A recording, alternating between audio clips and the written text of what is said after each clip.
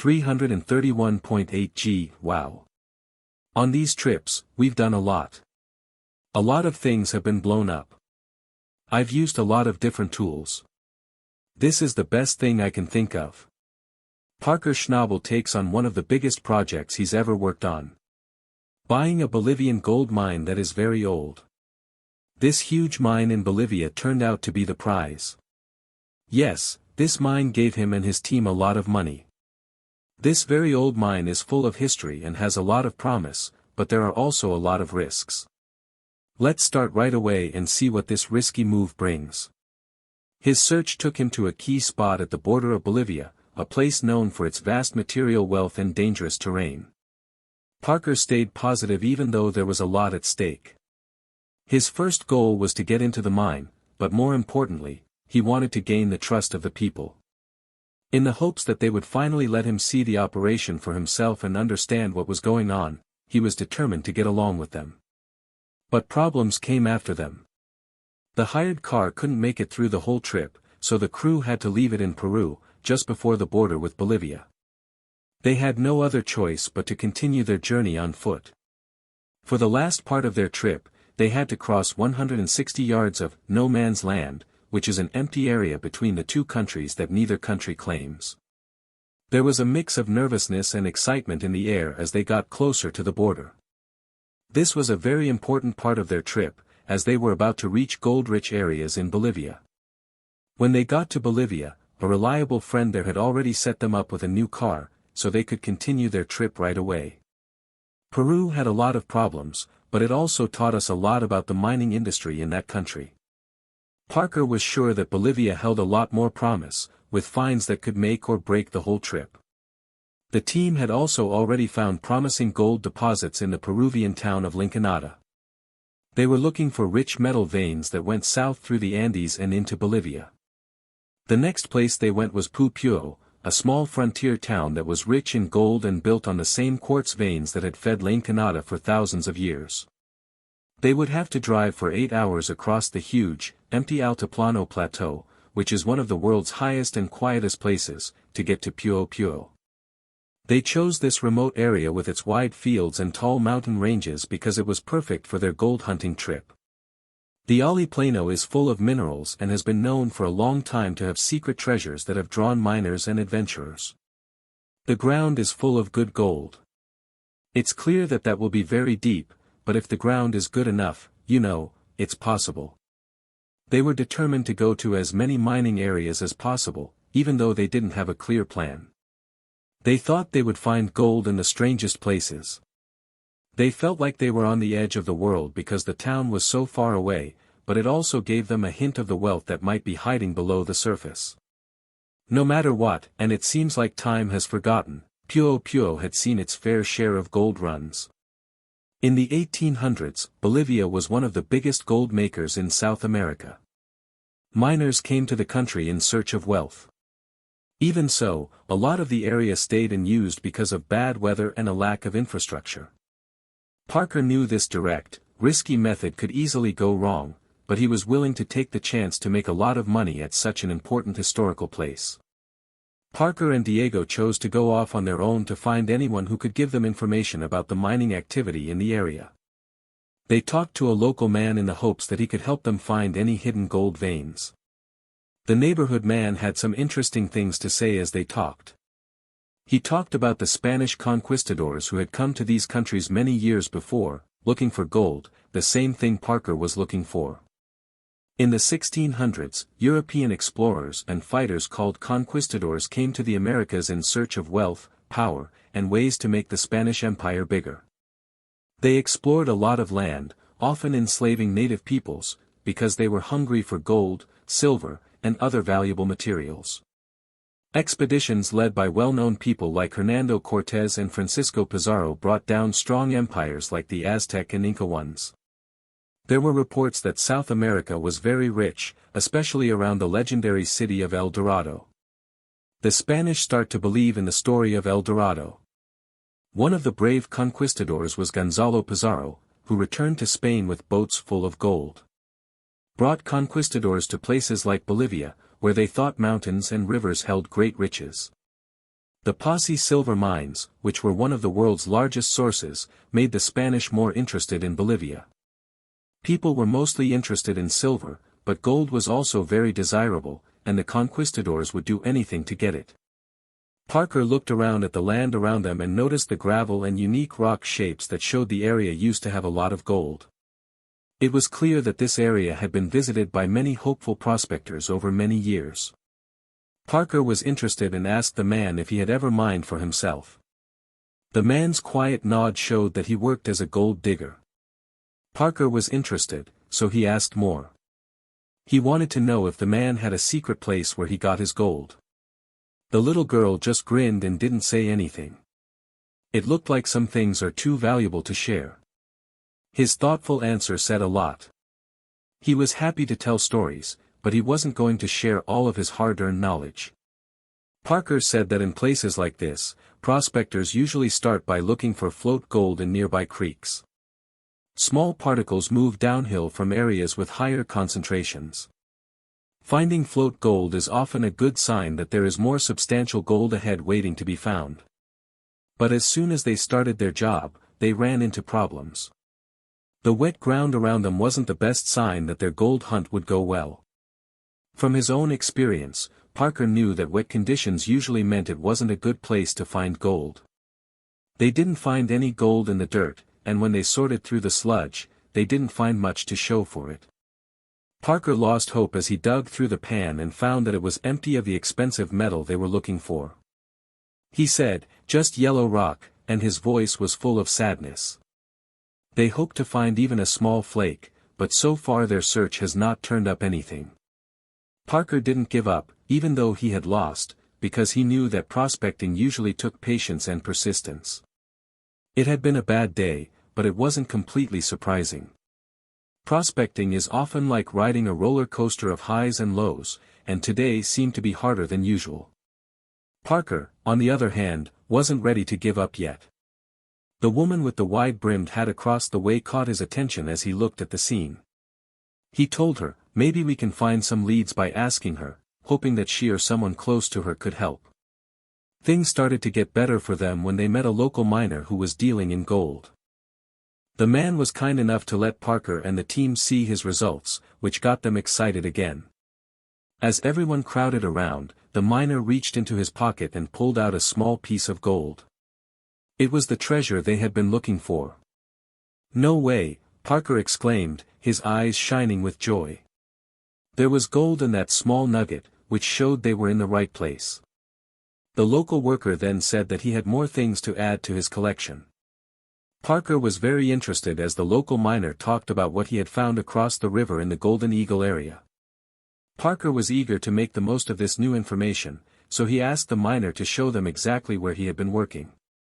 With this possible lead, they became even more determined, and they set out with more energy, hoping to find gold in the same place. It is important to remember, though, that Parker Schnabel was more than just a teenager who wanted to make it big. He grew up in Alaska, where workers build things. He was raised in Honus, Alaska, and was involved in the mining business from a very young age. John Schnabel, his grandfather, ran the famous Big Nugget Mine, a small but successful business that had become a legend in the area. Parker spent a lot of time with his grandfather learning about gold mining during the summers when he was a kid.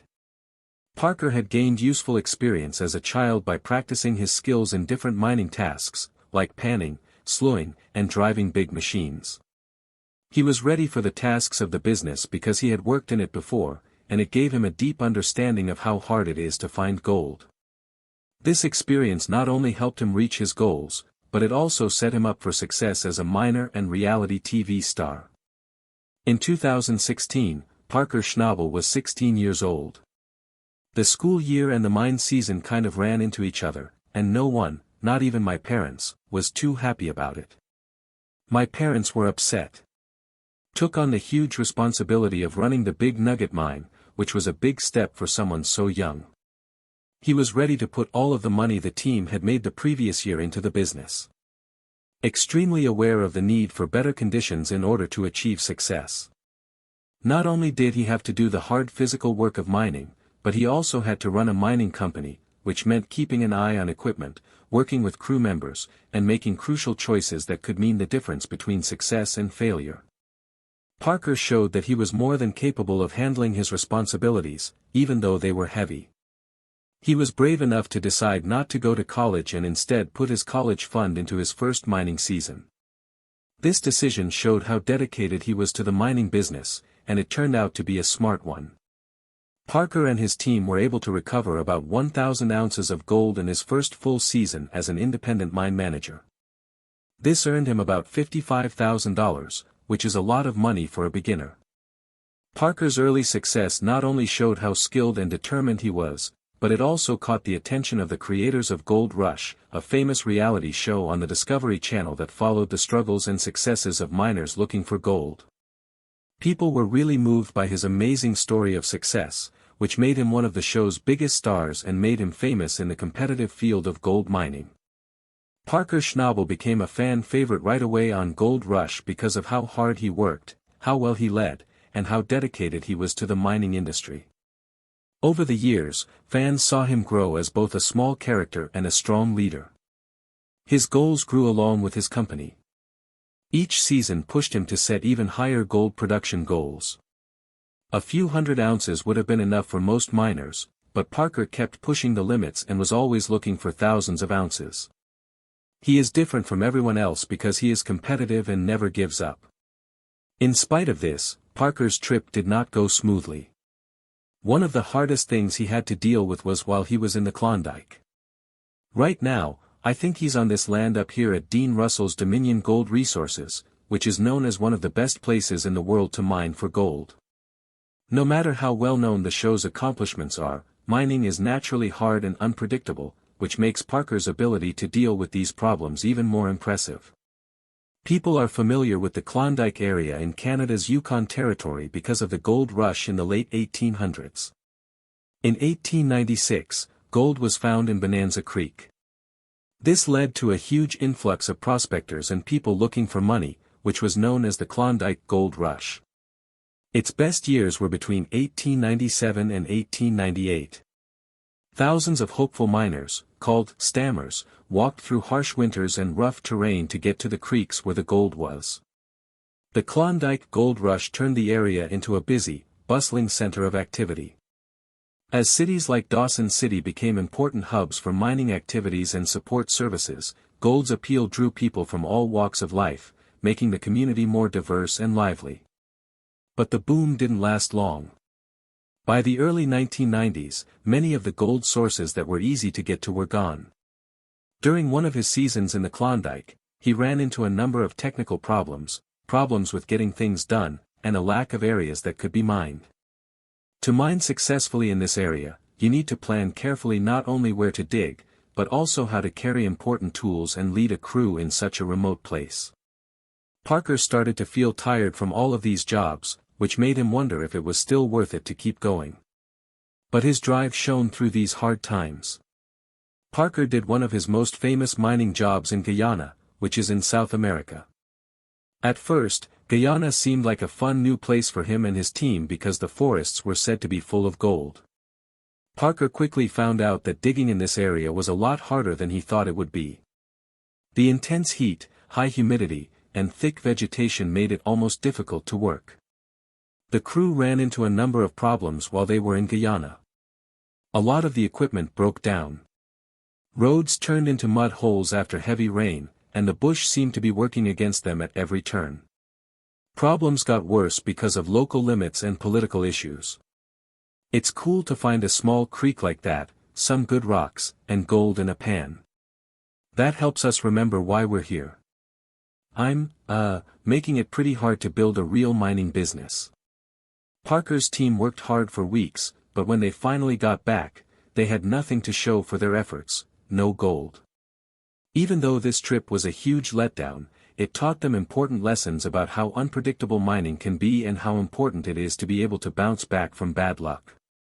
While Parker's time in Guyana was hard, his work in the Yukon has been much more fulfilling. The Yukon is known as one of the best places in the world for gold, and it's where Parker has found some of the most amazing gold on Gold Rush. During one of his best seasons, Parker found almost 6,000 ounces of gold, which brought in millions of dollars. He became even more famous as a top miner on Gold Rush because of this huge success, and it also gave him money to advance his mining operations. One thing that makes Parker Schnabel different from other mines is that he works hard and doesn't give up. People know that he pushes his crew to their limits, making them work long hours and expects the best from everyone in the mining operation. Parker has an easy-to-understand view on mining. You have to be ready to work hard and take risks to be successful. He thinks that digging is more than just looking for gold. It's also about running the business side of the company well. This means making smart purchases, keeping costs low, and always looking for new chances. On top of his work on the show, Parker is also working on a project called Parker's Trail. In this spin-off show, Parker Schnabel follows in the paths of famous Gold Rush explorers. His trip along the Klondike Trail, a historic road where many miners risk their lives in search of gold, was one of the most exciting in the series. The Klondike Trail is famous for being hard to get through because of the cold weather and high elevation. During his trip, Parker faced many of the same problems as the first miners, such as extreme cold, a lack of food, and being physically worn out, which affected both him and his team.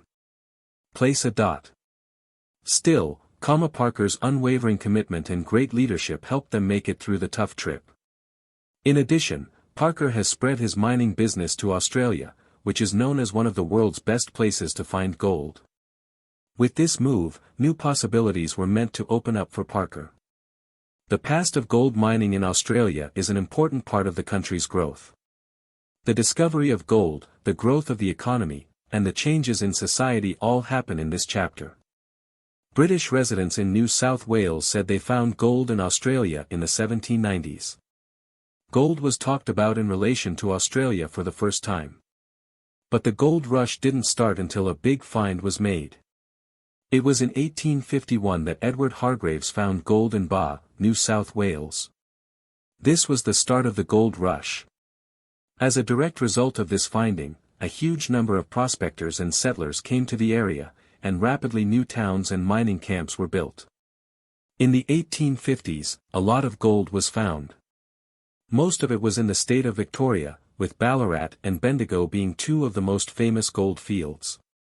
As people looked for wealth in the goldfields, these finds led to the growth of prosperous communities and a large rise in the number of people living in the area.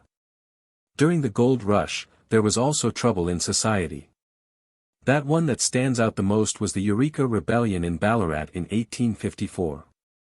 One of the most important moments in Australia's history as a democracy began when miners pushed against high license fees and government rules. Ultimately, changes were made to mining rules and miners' rights were increased. This shows how power was shifting in the colonies.